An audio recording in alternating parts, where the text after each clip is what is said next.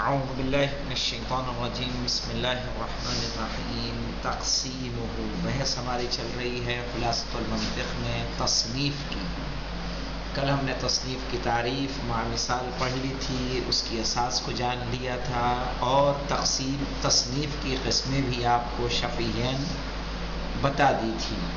آج ہم تطبیق عبارت کر لیتے ہیں کہ تصنیف کی جو دو قسمیں ہیں، ایک علمی اور ایک غیر علمی، کیا ہے، تاکہ مزید ہماری بات ازبر ہو جائے.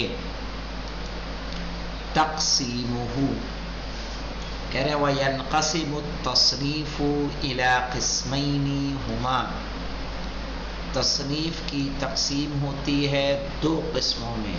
ہما وہ دونوں کیا ہیں؟ ایک ہے تصنیف العلمی، علمی تصنیف، وَهُوَ الَّذِي يَقْصُدُ مِنْهُ وَضْعُ الْأَشْيَاءِ فِي نِظَامٍ وَاحِدٍ. تصنیف علمی کس کو کہتے ہیں؟ وہ جس کا مقصد ہو، والذی یقصد منہ، وہ جس سے مراد لیا جائے یا ہدف لیا جائے، وضع الاشیاء فی نظام واحد، چیزوں کو ایک نظام میں رکھنے کا. یمیز بعضها عن بعض، کہ جن میں سے بعض دوسرے بعض سے کیا ہو، ممتاز ہو. وَيُوَضِّحُ نُقَاطُ الِالْتِقَاءِ بَيْنَ أَنْوَاعِهَا وَنُقَاطُ الْإِفْتِرَاقِ، جو واضح کرے، وہ تمیز ایسی ہو جو واضح کرے نقاط التقاء ان انواع کے درمیان اور نقاط افتراق کو. تو مجھے بتائیے، جب کتابوں کو تاریخ کی، فقہ کی، اصول کی ہم نے کتابوں کو الگ الگ کیا، تو اس میں نقاط التقاء کیا ہے اور نقاط افتراق کیا ہے؟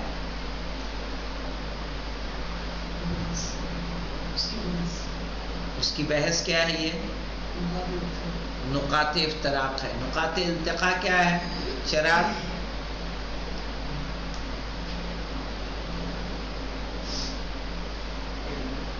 وہ سب کیا ہے؟ کتابیں ہیں.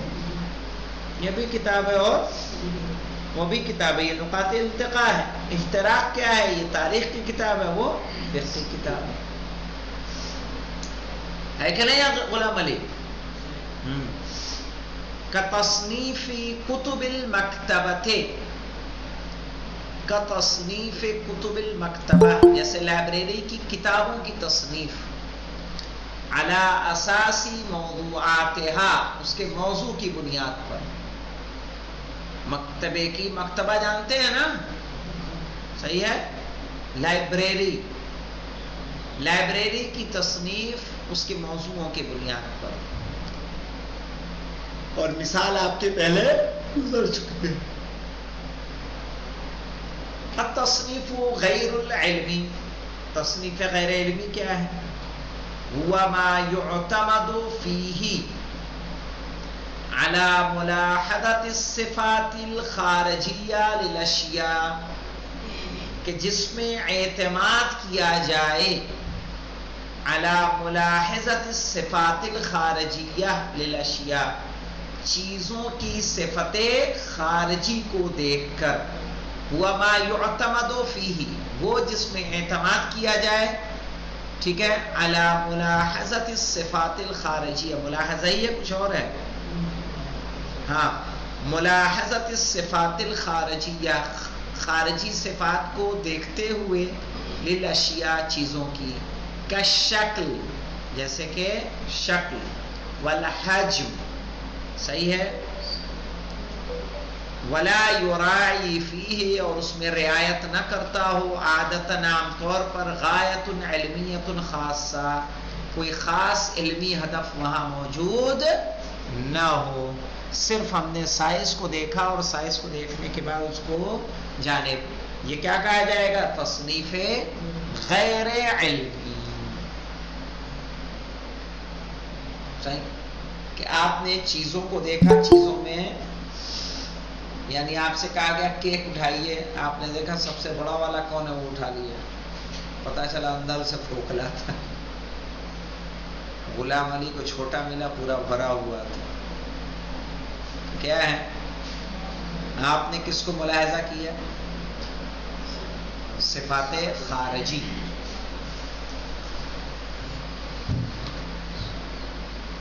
کتصنیف الکتب علی اساس الحجم، جیسے مولانا کتابوں کی تصنیف کرنا اس کے حجم کی بنیاد پر. کان یضع ذات الحجم الکبیر فی مکان، کہ وہ رکھتا ہو بڑی بڑی حجم والی کتابوں کو ایک جگہ، وذات الحجم الصغیر فی مکان آخر، اور چھوٹی والے حجم والوں کو کیا کرتا ہو؟ ایک دوسری جگہ رکھتا ہو. تصنیف تو ہے، لیکن یہ تصنیف کیا ہے؟ غیر علمی ہے. واضح ہے مولانا کہ اس میں کوئی دشواری پیش آ رہی ہے آپ لوگوں کو؟ مطالب آشکار ہیں؟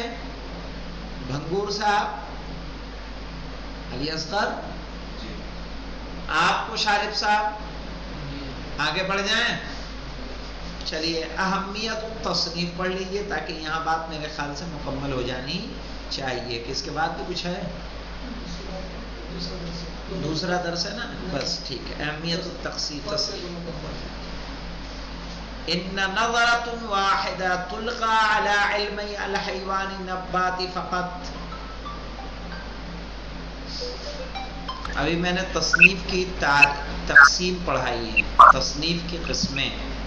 تصنیف دو طرح کی ہوتی ہے، ایک تصنیف علمی ہوتی ہے اور ایک تصنیف غیر علمی ہوتی ہے. تصنیف علمی کیا ہوتی ہے؟ کہ کسی چیز کو ایک نظام میں رکھیں، علمی بنیاد پر کچھ خاص ایسے نکات ہوں. مثلا آپ لائبریری کی تصنیف کریں اس کے موضوعات کے اعتبار سے، کہ آپ نے تاریخ کی کتابوں کو ایک جا رکھا اور نحو کی کتابوں کو ایک جگہ، عربی کی الگ، فارسی کی الگ. تو آپ نے کتابوں کی تقسیم کیا علمی مواد اور ان کے سبجیکٹ کے اعتبار سے کی، تو یہ تصنیف علمی کہلائے گی. اور وہیں اگر گھر میں آپ لائبریری کو، جو گھر میں کتابیں ہوتی ہیں، اس کو جب ہم تصنیف کرتے ہیں تو کیسے علمی کرتے ہیں کہ غیر علمی؟ پھر غیر علمی کرتے ہیں. کیا ہوتا ہے اس میں؟ غیر علمی کس کو کہیں گے؟ کہ جب صفات خارجیہ کو مد نظر رکھا جائے، جیسے کہ شکل اور حجم وغیرہ. شکل اور حجم کو دیکھ کے اگر کتابوں کو مرتب کریں گے کہ بڑی والی کو ایک طرف، چھوٹی والی کو ایک طرف، یا پہلے ساری بڑی پھر ساری چھوٹی، تو وہاں کوئی علمی ہدف تو نہیں ہے. وہ علمی ہدف نہیں ہے تو یہ تصنیف کیا ہو جائے گی؟ غیر علمی ہو جائے گی. کلیئر ہوا یہ بات کہ تصنیف علمی کیا ہے اور تصنیف غیر علمی کیا ہے؟ اب آگے دیکھیے، ابھی جو ہم پڑھ رہے تھے اہمیت التصنیف، کہہ رہے ہیں ان نظرۃ واحدۃ تلقى على علم الحیوان والنبات فقط، کہ ان نظرۃ واحدہ، صرف ایک نگاہ، تلقى على علم الحیوان والنبات فقط، ڈالی جائے علم حیوان اور علم نبات پر. صرف نبات کہتے ہیں مولانا پیڑ پودوں کا علم.